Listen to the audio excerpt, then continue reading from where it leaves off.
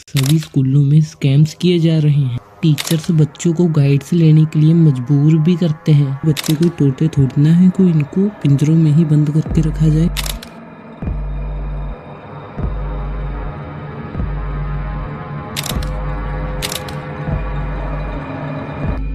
देख रहे हो दोस्तों, ये बच्चे कितनी खुशी से स्कूल जा रहे हैं। लेकिन कुछ बच्चों को स्कूल जाना अच्छा नहीं लगता क्योंकि उन्हें मजबूरी में स्कूल जाना पड़ता है। आज की वीडियो में हम स्कूल्स में हो रहे स्कैम्स के बारे में डिटेल में समझेंगे। दोस्तों, आपको पता ही होगा कि स्कूल्स 3 टाइप के होते हैं: private schools, aided schools and government school. दोस्तों, आज हम देखेंगे कि कौन से टाइप्स के स्कूल्स बेस्ट हैं। वैसे तो पढ़ाई के नाम पर सभी स्कूलों में स्कैम्स किए जा रहे हैं और स्कूल्स में होने वाली पढ़ाई का जीवन में इतना अधिक महत्व भी नहीं होता। उल्टा जो टाइम इन स्कूलों में निकल जाता है उसी टाइम से कुछ और बेहतर स्किल्स सीखी जाए तो अच्छा है।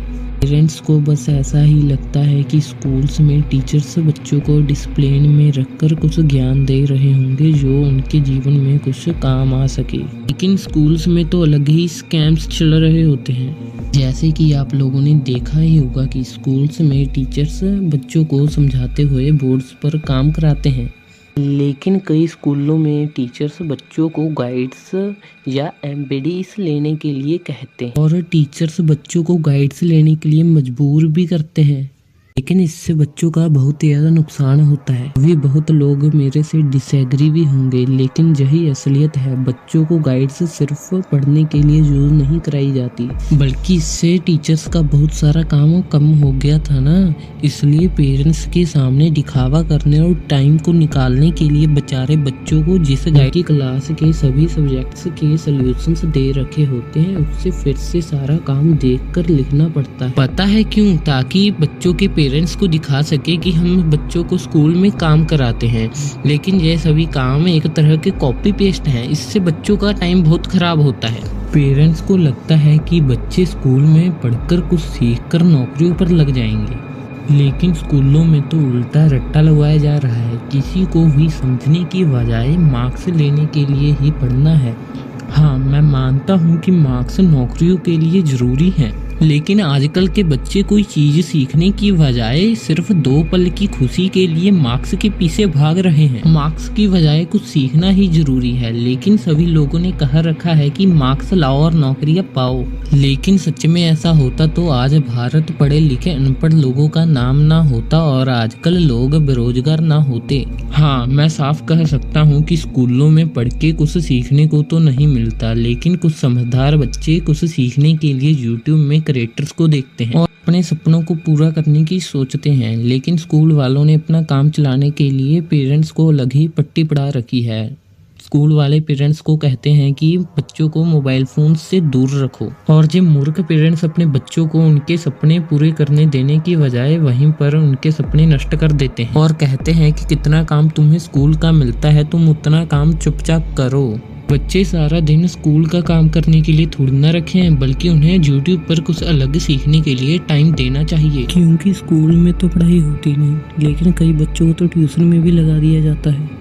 ये तो और मूर्खता है, क्योंकि बच्चे कोई तोते थोड़ी ना है कोई इनको पिंजरों में ही बंद करके रखा जाए। क्योंकि ट्यूशन्स में भी तो वही स्कैम्स चलते हैं जो स्कूलों में चलते हैं। इससे बच्चों का बहुत टाइम खराब होता है। पेरेंट्स सोचते हैं जो बुक्स स्कूल में बच्चों को पढ़ाई जाती हैं उनसे उन्हें कोई फायदा होता है, लेकिन आधी से ज्यादा बुक्स में तो कोई काम की चीज होती नहीं। बस काल्पनिक कहानियाँ और लोगों के बारे में लिखे गए आर्टिकल्स होते हैं जिनका कोई अधिक फायदा नहीं होता, बल्कि इन सभी से लेखकों और कलाकारों को फायदा होता है। बच्चों को लगभग 6 घंटे स्कूल के कमरों में कैद करके रखा जाता है और 1 घंटे से ज्यादा समय तो स्कूल में आने जाने और तैयार होने में लग जाता है और 1 घंटा तो रेस्ट करने में भी लग जाता है, और कई बच्चों के तो 2 घंटे ट्यूशन्स में भी निकल जाते हैं। इसमें भी 1 घंटा रेस्ट का भी चाहिए और 1 घंटा खेलने और नहाने के लिए भी चाहिए। ये बच्चों का इतना समय तो ऐसे ही निकल गया, जैसे 8 घंटे स्कूल में, 2 घंटे ट्यूशन में, 1 घंटा रेस्ट का और 1 घंटा खेलने का। 12 घंटे तो ऐसे ही निकल गए। इसमें से बच्चों को 7 घंटे की स्लीप भी चाहिए। अभी बच्चों के पास सिर्फ 5 घंटे रह गए हैं। उन्हें 1 घंटा फिजिकल एक्सरसाइज जैसे रनिंग, वॉकिंग और कई और प्रकार की एक्सरसाइज के लिए भी तो चाहिए। बचे 4 घंटे। इन 4 घंटों में भी पेरेंट्स बच्चों को